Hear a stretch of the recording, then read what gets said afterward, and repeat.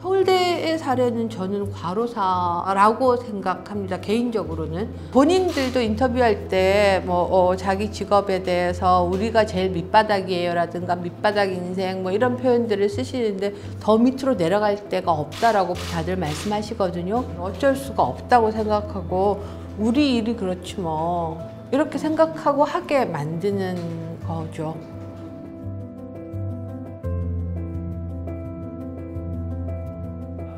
페북에 올리신 내용 저도 되게 충격적이었는데 네. 그 실태를 좀 어떤 현실인지.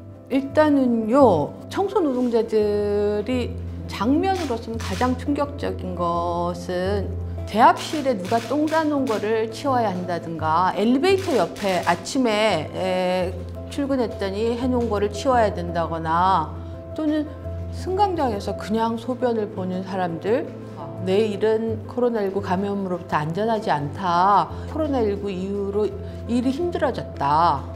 라고 응답을 했거든요. 그리고 전에는 한 번이나 두 번, 많으면 두 번 닦으면 됐는데 이제는 4번을 하루에 기본으로 닦으라고 지시가 와서 그래서 일이 정말 배로 늘었다. 그렇게 이야기를 하는 상황인데 거기에 대해서 그냥 4번 닦으라는 지시와 공문이 올 뿐이지 그 외 다른 거는 없어요. 평소에 한 번 닦던 걸 4번 닦으려면 일하는 사람들이 얼마나 정말 숨가쁘게 일해야 되는지 그게 얼마나 몸과 심장에 무리를 줄지 이런 거에 대한 생각 자체가 없어요. 그래서 노동량에 대한 체계적인 파악 이런 것도 없고 그냥 단지 해놔. 여사님 하세요. 그냥 이거면 끝이기 때문에 서울대의 사례는 저는 과로사라고 생각합니다. 개인적으로는. 과로사에 관한 여러 가지 연구나 이런 걸 보면 급성 심근경색이 사인인데요. 그건 대표적인 과로사 증세거든요. 그리고 여름에 마스크하고 이 무거운 거를 들고 움직였을 텐데 학생 수가 절대적으로 많을 뿐만 아니라 코로나니까 얼마나 배달을 많이 시켰겠어요.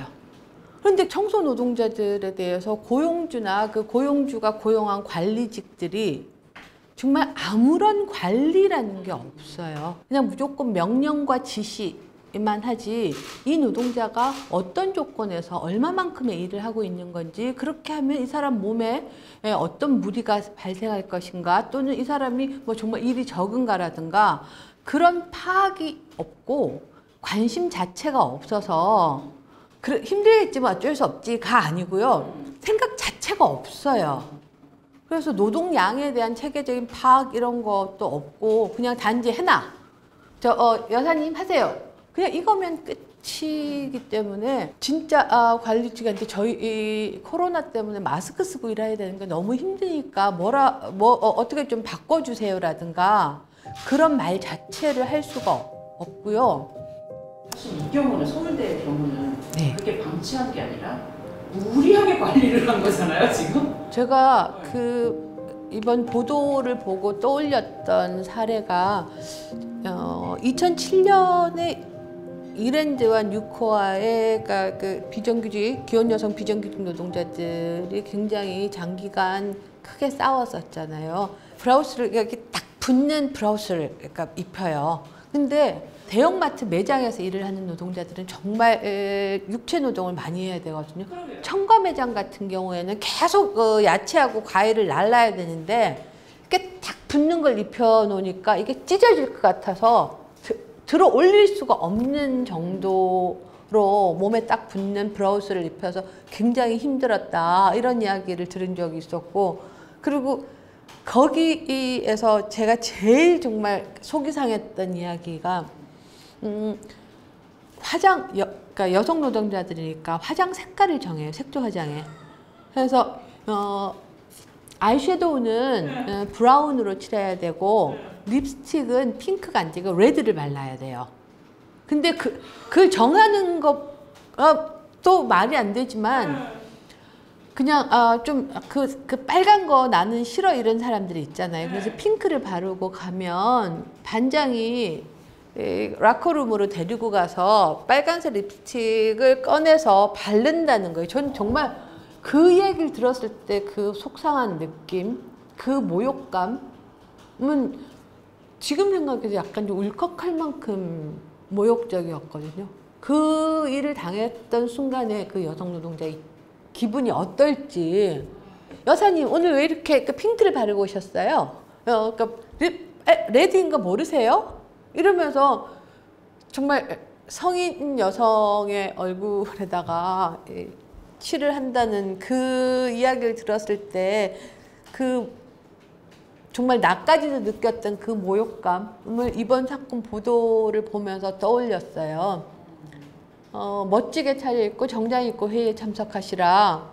누구 눈에 멋진 건데요, 그게. 그냥 그 안전관리팀장이 그냥 내가 보기에 그러니까 잘 군기가 잡혀 있는 상태로 보였으면 좋겠다고 생각하는 거거든요. 정말 갑질을 하는 거죠. 그러면 사실 그게 굉장한 통제 효과를 가져요. 이런 하층 노동 시장일수록 사실 임금 상승 규칙도 없고 최저임금 외에는 거의 아무것도 없거든요. 서울대의 경우에도 청소 노동자들에게는 최저임금 플러스 처우 개선비 플러스 명절 상여금 그리고 공무원들한테 주는 그 복지비라는 거 있거든요. 그 세 가지 그거는 근속수당이 아니거든요. 이 사람이 오래 일을 하면서 같은 일을 오래 하면 뭐 청소나 밥하는 게 뭐 여자라면 누구나 다 하는 거 아니야?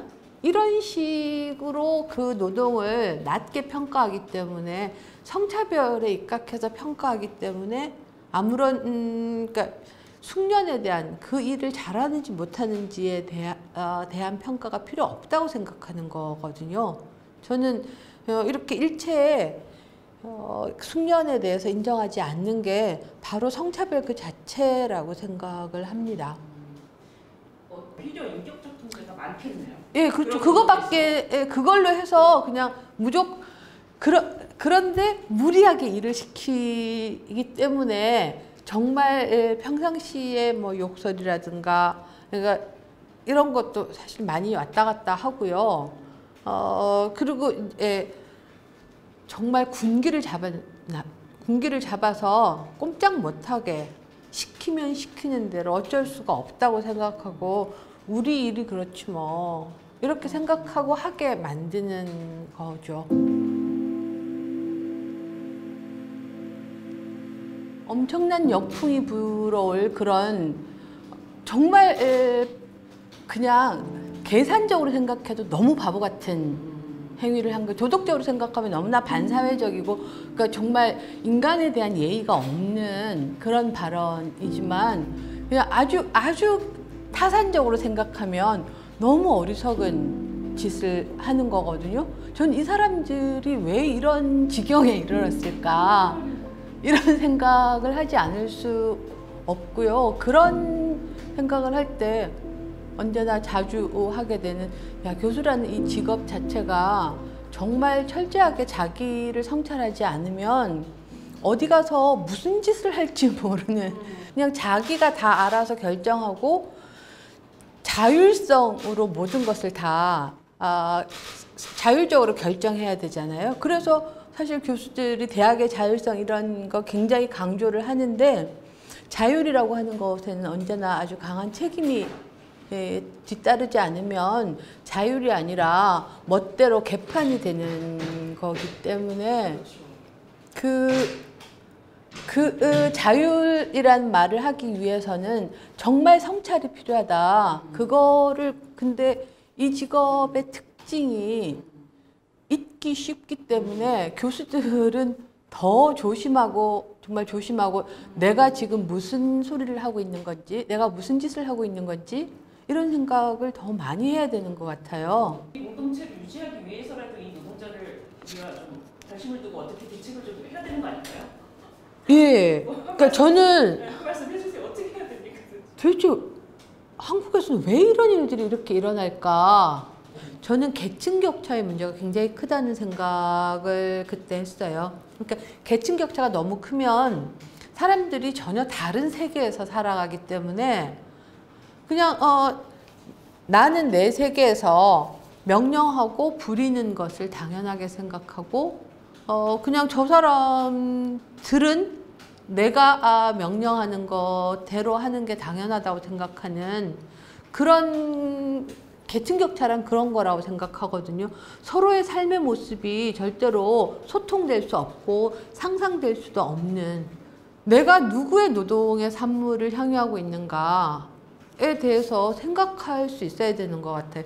노동 그거는 혐오 단어야가 아니라 노동이 있기 때문에 세상이 있는 거고 세상이 돌아가는 거고 내가 먹을 수 있는 거고 그렇다고 생각하거든요. 그래서 정말 내가 누구의 노동의 산물을 향유하고 있는지를 더 적극적으로 생각할 것, 그리고 정말 매번은 아니라도 못하더라도 한 번이라도 두 번이라도 뭔가 이상한 일이 내 눈앞에 일어났을 때 그냥 귀찮다고 모르는 척하지 않는 것, 전 그게 시민으로서의 도덕이고 시민으로서의 의무인 것 같아요.